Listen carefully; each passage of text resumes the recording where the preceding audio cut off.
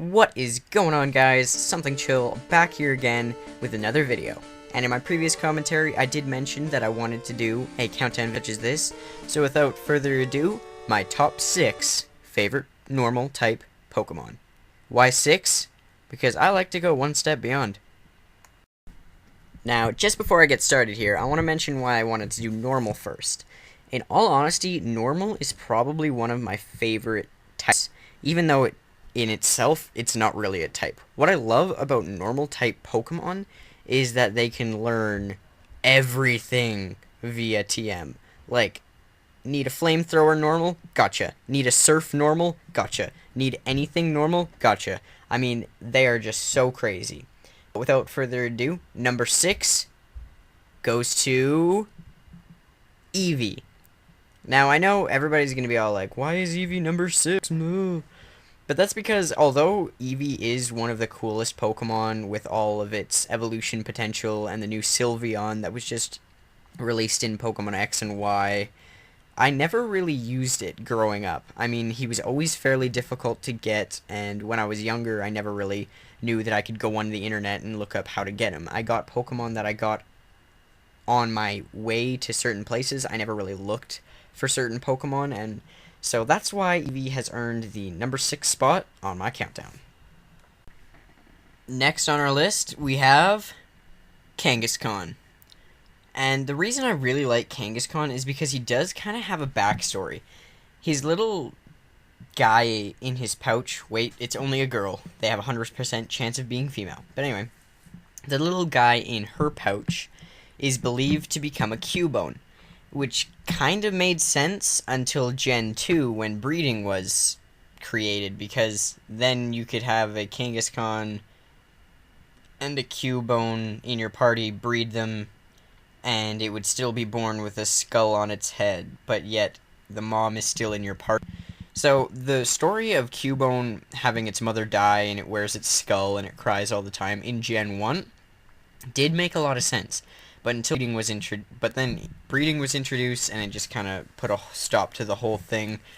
But I still really do like Kangaskhan because not only can he use a lot of really good moves, in the trading card game, his cards are generally really good too. So I'm also kind of taking a perspective of not only if I've used him, but also from the trading card game if I've used him, and also just pure aesthetics.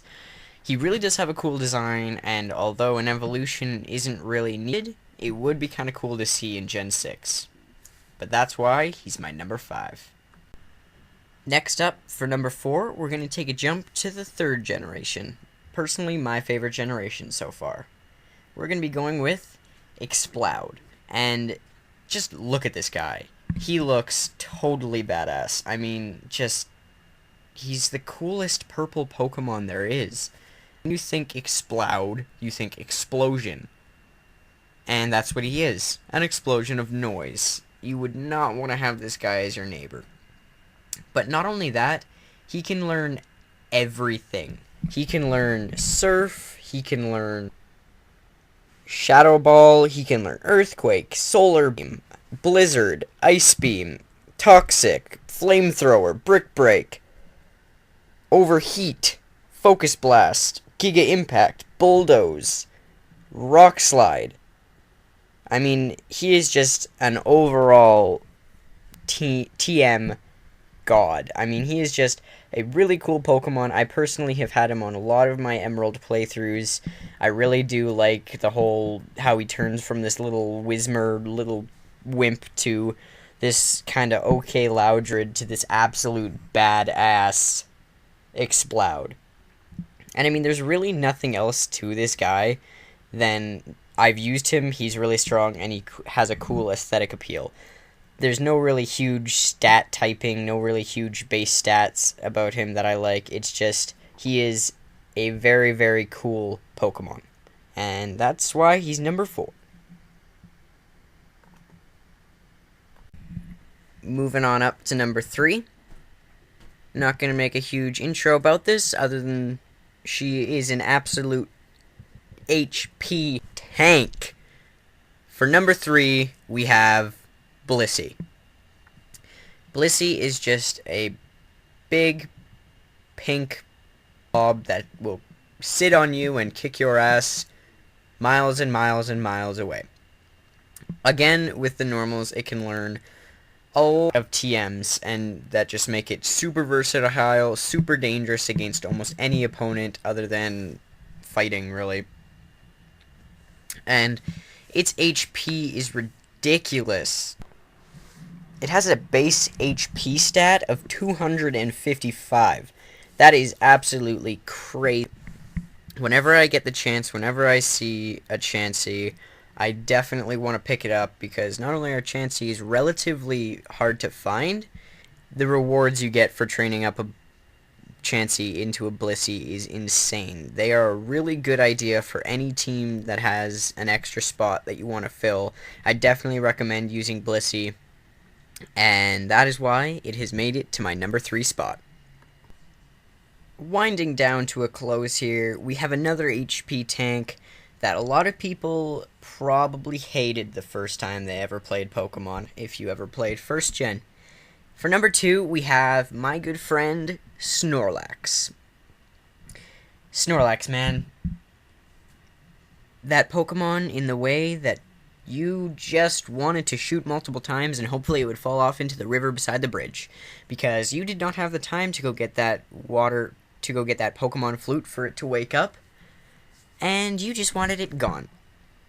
Now, in Pokemon Yellow, which is the game I'm currently doing another playthrough of, I do have a Snorlax. I mean, as much of a pain in the ass as he is, you get him at a fairly level. Like, your Pokemon should be 30, 35 when you catch him, and he's level 30 in the wild. So I definitely think that's a really, really good starter from the wild Pokemon to a Pokemon in your party, and you don't even need a water Pokemon anymore, because not only can it learn water moves, it learns surf. My Snorlax in Yellow is my surfing Pokemon.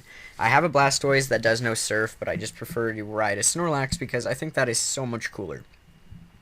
He has a very, very good HP with a base HP stat of 160, and he is just going to help your team out a bunch. I definitely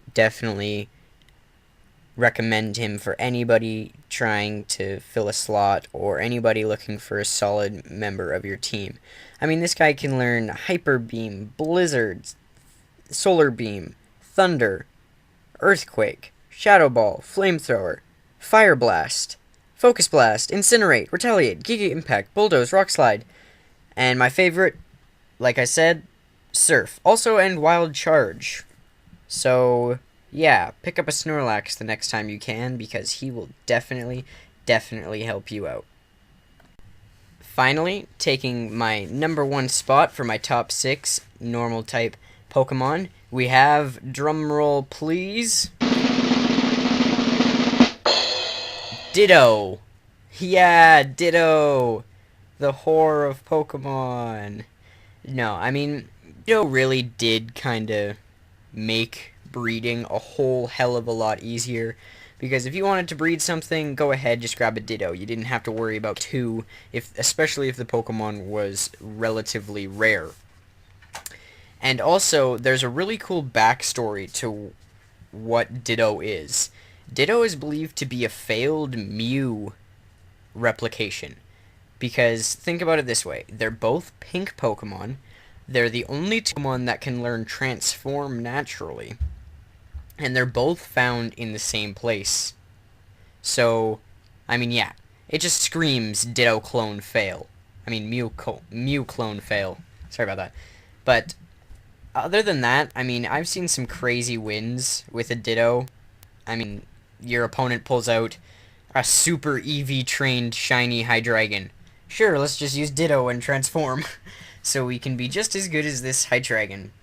But he really does make my number 1 spot because he has a cool backstory, he's a good Pokemon in general, and he's so cute. He's just a little blob. But anyway, guys, thank you very much for watching my first top 6 countdown video, sorry. I'll be doing more of these hopefully one a week, and I'll want to do every type, and then I'll do my top 6 favorite Pokemon, and then I'll do the top 6 least favorite Pokemon and the top 6 legendary Pokemon, because I'm not going to include any legendaries in this countdown for each type, I mean. But anyway, guys, thank you very much for watching. I hope you have enjoyed this couple-minute video. If you have, leave a comment, leave a like, and just get to subscribe to keep up to date with all my videos. This is Something Chill signing out. Peace.